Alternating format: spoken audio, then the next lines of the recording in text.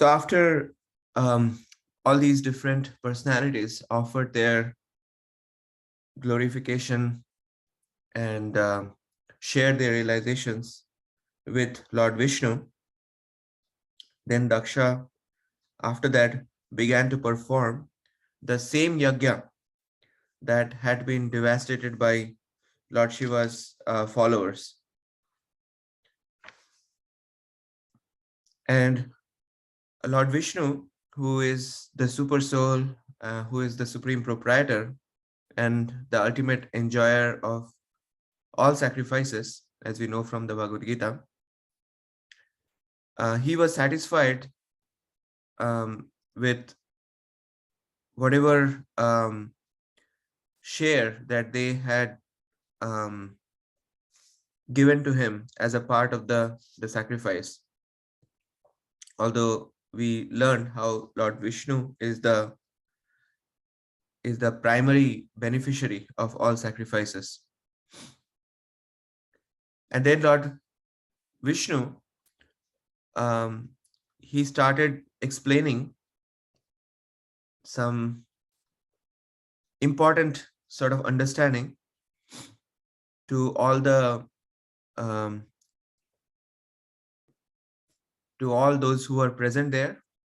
And what Lord Vishnu is expressing is essentially Achintya Bheda Bheda Tattva, or the simultaneous difference and non-difference between himself and all his expansions.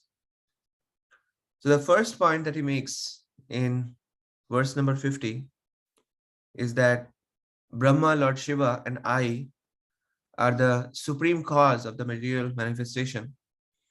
I am the super soul, the self-sufficient witness. But impersonally, there is no difference between Brahma, Lord Shiva, and me. So it's worthwhile to see what Srila Prabhupada explains in that particular purport. So so it is written, Lord Brahma was born out of the transcendental body of Lord Vishnu, and Lord Shiva was born out of the body of Brahma.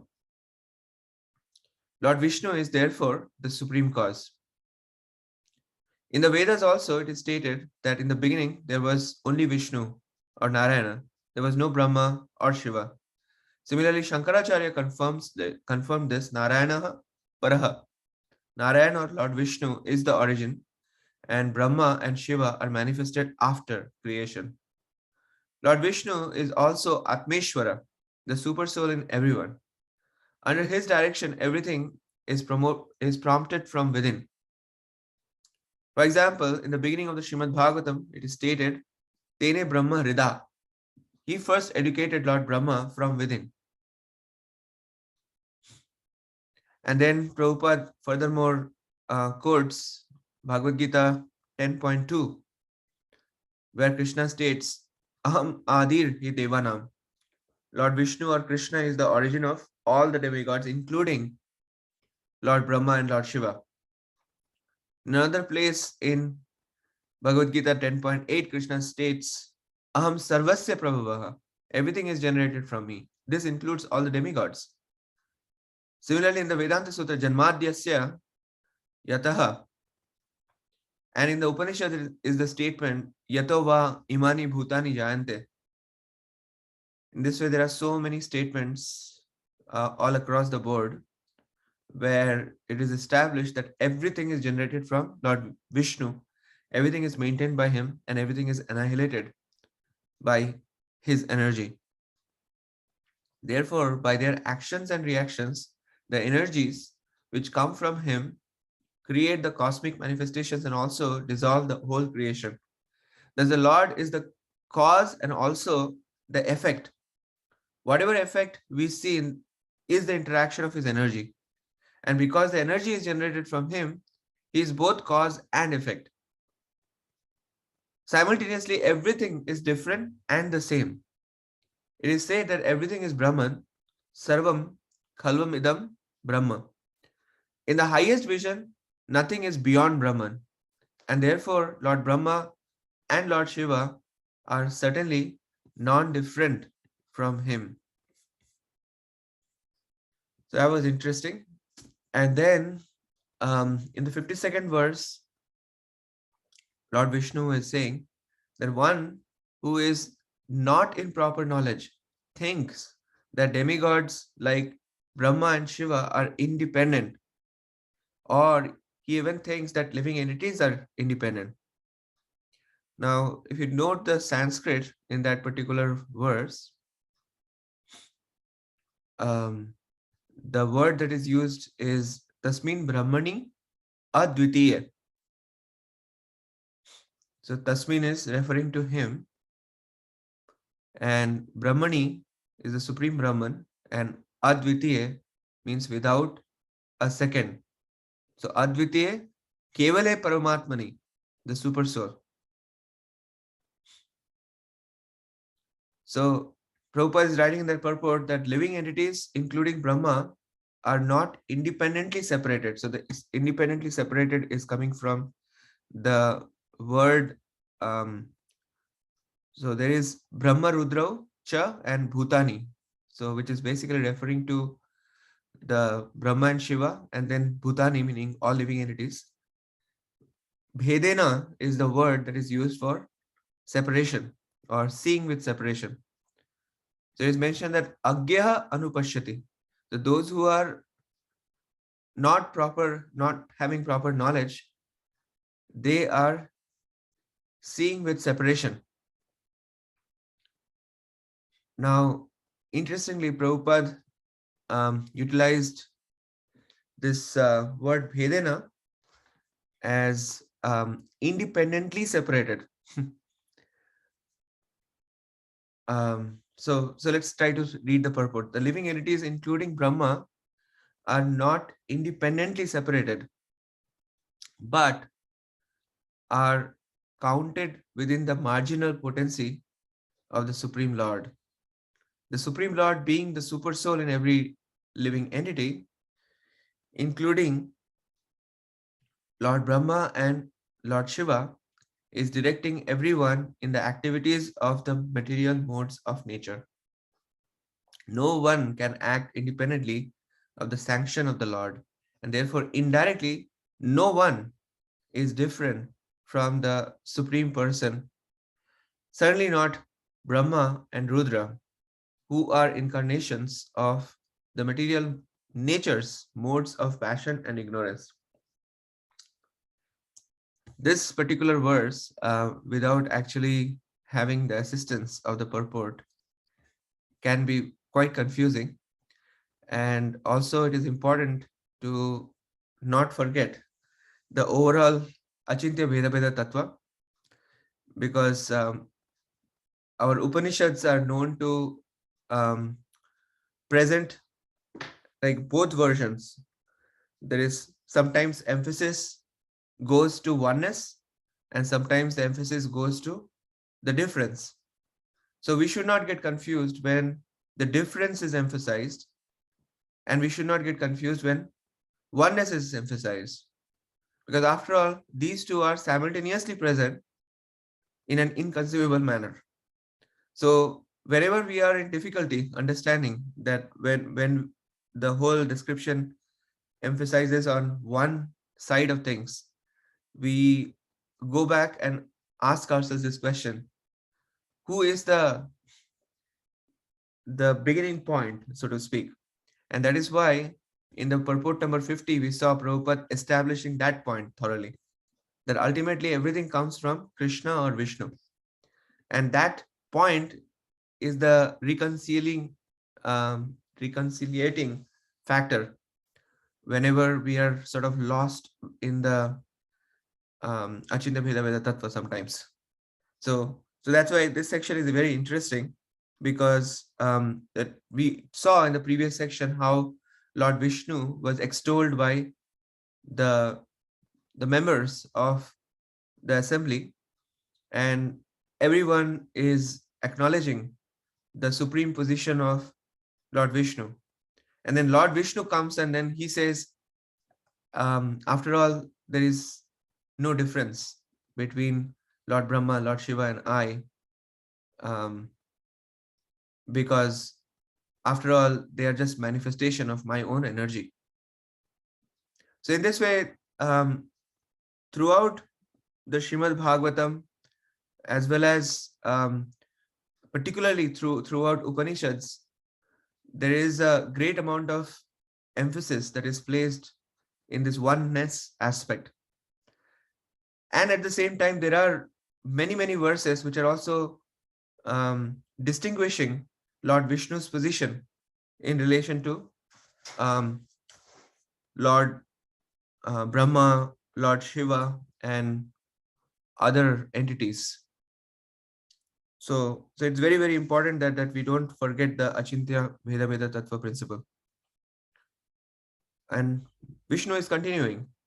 That one who does not, so 54th verse is saying, one who does not consider Brahma, Vishnu, Shiva, or the living entities in general to be separate from the Supreme, and who knows Brahman actually realizes peace, others do not.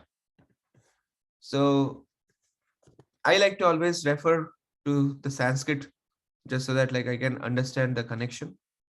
So again, the same word bhidam, bhidam is used, and it is expressed again that one who does not see. Now in this particular case, the position has reversed. So it's emphasizing now on bhidam or separateness. So one who does not see the difference or does not see the differences between the Sarva Bhuta Atmanam or the super soul of all living entities and the Trayanam or of the three, which is Brahma, Vishnu, and Shiva. So in this way, one who does not separate, then and who knows Brahman actually realizes peace, others do not. So let's look at the purport again. Two words are very significant in this verse. Trayanam indicates three, namely Brahma, Lord Shiva, and Lord Vishnu. Bhidam means different. They are three, and therefore they are separate. But at the same time, they are one. This is the philosophy of simultaneous oneness and difference, which is called Achintya Bheda Bheda Tattva. The example given in the Brahma Samhita is that milk and yogurt are simultaneously one and different. Both are milk, but the yogurt has become changed. In order to achieve real peace, one should see everything and every living entity, including Lord Brahma and Lord Shiva, as non-different from the Supreme Personality of Godhead. No one is independent. So in other words, like this whole aspect of oneness brings along this principle that no one is independent, and that is why there is a non-difference platform established. Every one of us is an expansion of the Supreme Personality of Godhead. This accounts for unity in diversity. There are diverse manifestations, but at the same time, they are one in Vishnu. Everything is an expansion of Vishnu's energy. I hope this was not confusing. And this same thing, whether the question of oneness comes, it gets applied from time to time to these great personalities, but it also gets applied to the living entities, because living entities are also separated expansions of the Supreme Lord, and therefore we are godly by nature. And just by looking into our own life, we can understand that on one hand, we are not gods because we do not have supreme powers. And at the same time, we are godly because we are parts and parcels of the Supreme Lord. And that oneness element allows us to exchange loving relationship with the Supreme Lord. If there is no commonality, how can we even exchange love with the Supreme Lord? And therefore, that commonality is important. So that qualitative oneness is very important for exchanging love. And yet, that quantitative difference is a key factor because of which the living entity prays to God. God is not supposed to pray to the living entity, but the living entity is dependent. The living entity is supposed to pray to the Supreme Lord. And this aspect is highlighting the quantitative difference between God and us. So therefore, we can understand that each jiva has an individual, unbreakable relationship with him, with the Supreme Lord.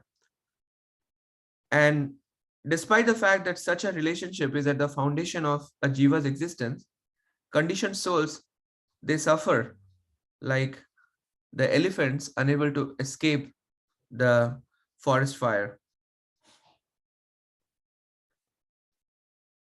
And we saw that in yesterday's prayer. Okay, so um, so it is important to also note that certain Puranas, like we know Shiva Purana, they do proclaim, for example, Lord Shiva as supreme. So Jiva Goswami makes it very clear that the Puranas are in the different modes of material nature, or they cater to different modes of material nature. So there are statements in the Puranas in the mode of goodness, and there are statements in the mode of statements of the Puranas which are in the mode of passion and ignorance. They may not always line up, and in that context, Sri Jiva Goswami is writing that not all Puranas are on the same level. So, for example, those Puranas which are in the mode of goodness, they glorify Lord Vishnu.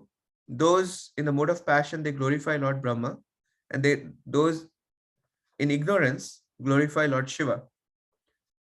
And in the case when we are hit with contradictions, then the statements of the Puranas in the mode of goodness, they are to be positioned at a higher level, which makes logical sense.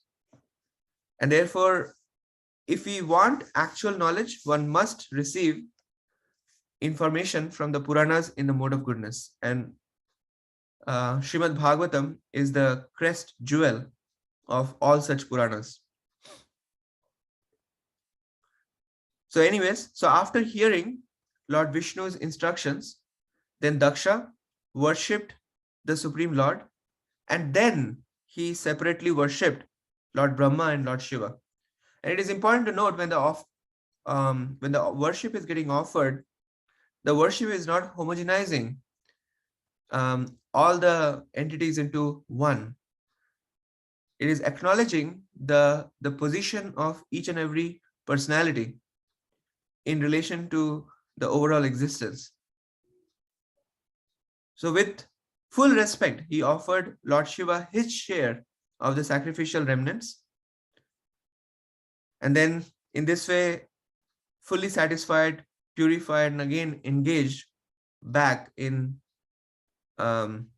religious life, Dakṣa was blessed by all the demigods.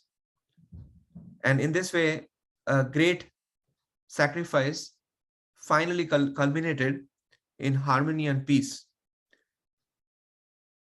And it is also mentioned here that later on, Sati, who gave up her body, was later on reborn as the daughter of Menaka in the Himalayas, and she was again accepted by Lord Shiva as his wife.